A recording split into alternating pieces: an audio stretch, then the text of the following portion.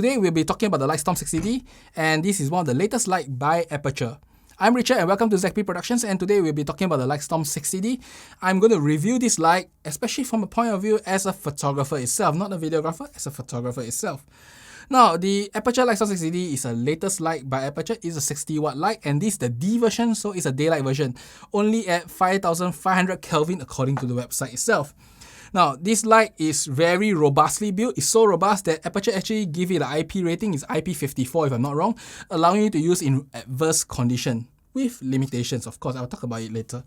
Now, this light has a built-in Fresnel, so you can actually focus the light by using the knob here, and you can actually focus the light from 45 degrees to 15 degrees. For the purpose of photography, this is fantastic. There are flashes that can do it, but they are mainly speed lights. So this is really nice touch for a bigger light itself. Now, there is two additional knobs and an LCD behind. I'm not powering up, so you can't see it. But I can show you some other videos here, and you can see that there is a LCD that's showing you 5600 Kelvin because this is a single color light. It is only a daylight version. Notice that the number is 5600 Kelvin, not 5500. So I have no idea why Aputure writes it at 5500, right? And the other knob is to control the power, so you can actually control the power of this light here. This light has built-in Bluetooth, so you can control wirelessly through your handphone application, the Cedar Sling. And it is a really nice touch to this light. Now, other than that, there's nothing much to talk about. The light is super robust, really. Probably one of the most robust light ever hold. It is solid, made of metal. There is almost no plastic component I can see. Pretty much, I think, other than the knob and the back here is plastic.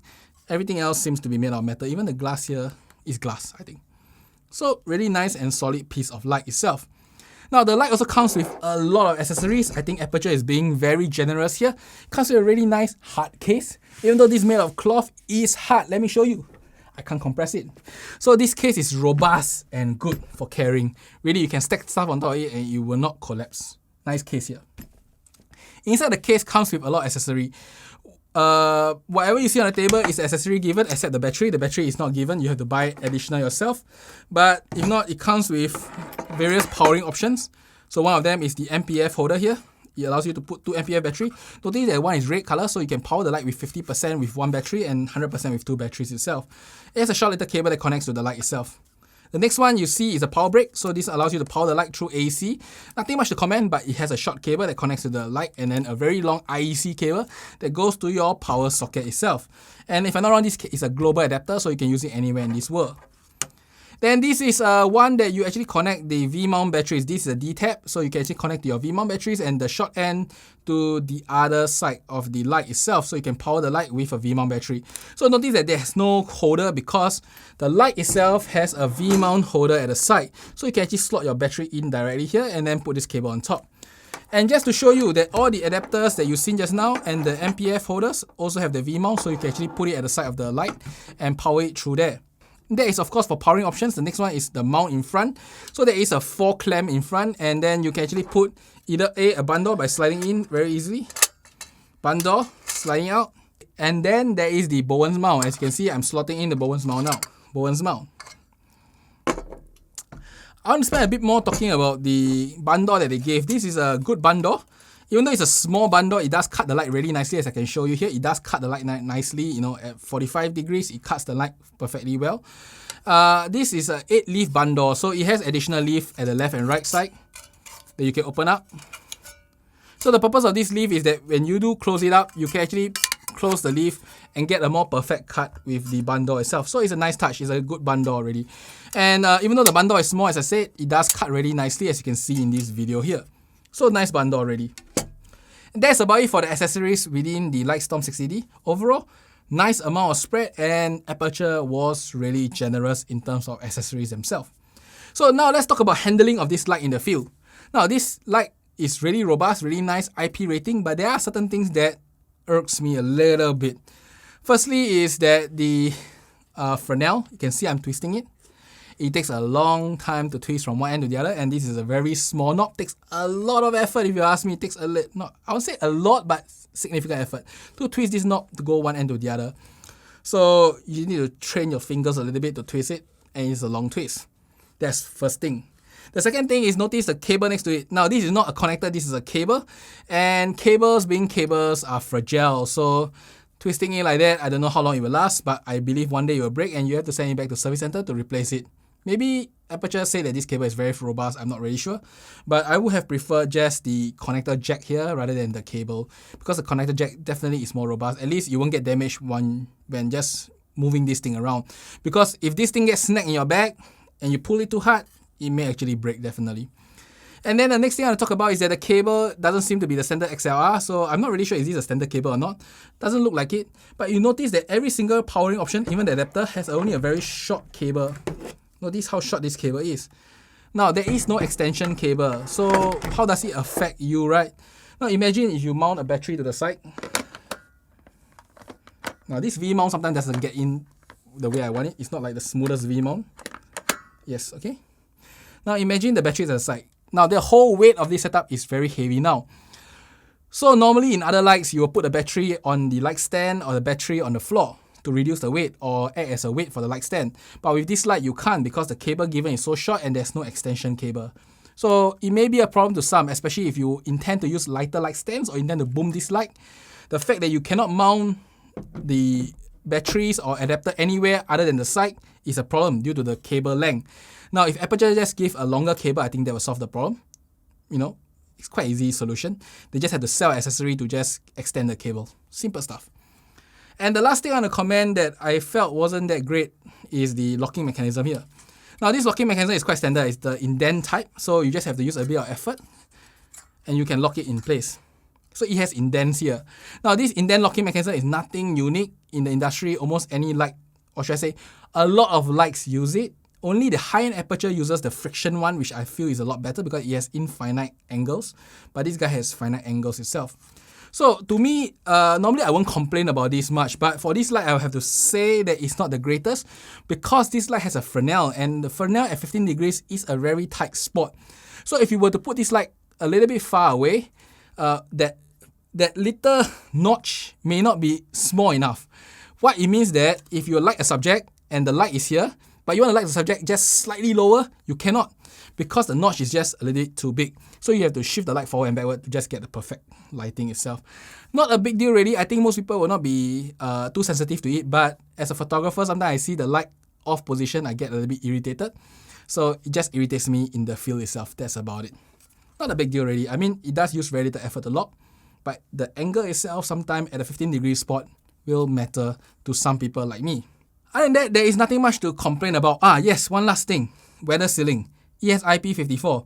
But I'm not sure whether the adapter is IP54. The battery holder here is IP54. Is your V-mount battery IP54? And is your MPF battery IP54?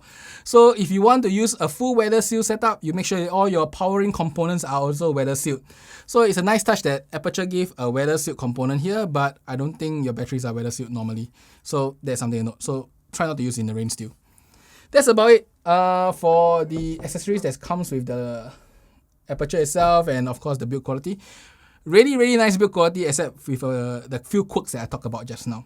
The next thing I'll talk about is light quality. Now, light quality in this light is quite good. Firstly, in CRI, it is about 96 CRI regardless of how you use it. Low power, high power, zoom in, zoom out is still 96 CRI. In terms of its neutrality, when it comes to magenta and green shift, it is also quite neutral. 0.1 G correction if required, but if not, normally it's about there, and you probably can use it no problems. In terms of power, at 45 degrees, it gives about 8,000 lux. At 15 degrees, it gives up to 55,000 lux, but that thing has a very small hot spot that is only about 55,000. The rest of the spot is about 40,000+. So it's not a big deal. I mean, that is about 15% loss of light. Not really a huge deal. But just to note that the center and the side is not the same. 15 to 20% difference between the center and the side. Now, the biggest concern with me for this light is the fact that the temperature do shift. At 45 degrees, the temperature of this light is 5,700 Kelvin. When you zoom in to 15 degrees, it becomes 6,000 Kelvin. There's a 300 Kelvin difference. And because this is a light with a built-in Fresnel, you can only use 6,000 Kelvin. You cannot take out the Fresnel and change it. So the moment you zoom in, it becomes 6,000 Kelvin. Now, if you are going to use a modifier, do zoom out and use the 5,700 Kelvin. It is a lot more accurate to its rated 5,600 Kelvin. But if you zoom in, just a note, it is 6000 Kelvin. And if you do mix two of these light together, one at 45, one at 15 degrees, you probably may be able to see the slightly difference in color temperature. If you are not color critical, or you're just shooting videos that do not require color critical applications, I think it's fine. But if you're doing photography and then you take the photos and you notice that there's some slight shift, you may get a little bit irritated by it. So sadly, the Fresnel is built in and you can't change it. So when zoom in, it's 6000 Kelvin. When you zoom out, it's 5700 Kelvin. That is the nature of the game. Now, one more thing I'll talk about is the dimming capability of this light itself. At its minimum dimness, it is 141 lux. At its maximum dimness, it's 8000 lux. And it ramps up quite linearly. At 10%, it's about 1800 lux. And at 50%, it's about 4000 lux. So it does ramp up really quite linearly. So the controller is quite good and you can trust the number behind. So if you put 5%, it should be about 5%. So it's a quite nice controller on the light itself. There is a few other dimming curve you can use, but I use the linear one and this is the result I get. Quite nice if you ask me. Overall, the quality of the light is good. Through measurement, you can tell that at least the light emitter inside this light is fantastic. It is very consistent and very good. The only issue is that zooming component, the Fresnel does result in certain change in color temperature, and that is something to note. And that there is no complaints with the color. I think it is a really good light with a lot of output. In fact, the Fresnel does output slightly more than the Forza's version, and that is something to note. So in the end of the day, do I recommend this light? For the price of 370 USD and the accessories given, I highly recommend you. Because if you were to buy the competitor light, like this Forza 60B here, if you were to buy all the accessories here, it will cost more for the Forza 60B. By the way, the Forza 60B is this small little light here, and this light costs 290 USD. In Singapore, it costs 300 Sing dollars. So in Singapore, I will recommend this a little bit more than this because after you add all the accessories, it's still cheaper and you can probably buy a softbox somewhere. But in the States, this guy, after adding the accessories, is more expensive. So that's something to note. And also, this guy doesn't come with a battery holder, so you have to buy additional. So I did consider the battery holder and stuff. As such, in the US, I would say as this is less attractive than this one. But in Singapore, this is more attractive than this one. That's something to note. So overall, I think that the Aputure 60D is a very good value for money. Comes with a lot of accessories and get you going straight away out of the box. And not only that, the built-in Fresnel is very useful. As a photographer, I appreciate it. And for night photography, it is fantastic. With the bundle, I could actually control my light really, really nicely, as you can see in some of the photos here. I can get nice shadows, nice lighting, nice highlights with this light here. It is a fantastic piece of equipment. If you will ask me, and you can afford it, I would say buy this light or the 60X version for the bi-color if you are in the States. If you're in Singapore and you don't mind changing modifiers and buying additional attachments, I think the Forza is a good companion of a light itself. And that, if you ask me which light is exactly better, I think both of them are the same. It's just a difference in brand and difference in ecosystem. Overall, both are great, but just that the price, everything, the US version, the Aputure 60D is a better choice. And that's about it for today. I hope you enjoy this. I really think that this Lightstorm 60D is a fantastic piece of equipment. I mean, I own a 60D now, I own the 300X, and I own the Nova. Aputure lights do not disappoint normally, and this light is no different from them. If you have any question on non-light or Aputure, just put down in the comments below. I will answer them. If not, I'll see you in the next video. Bye-bye.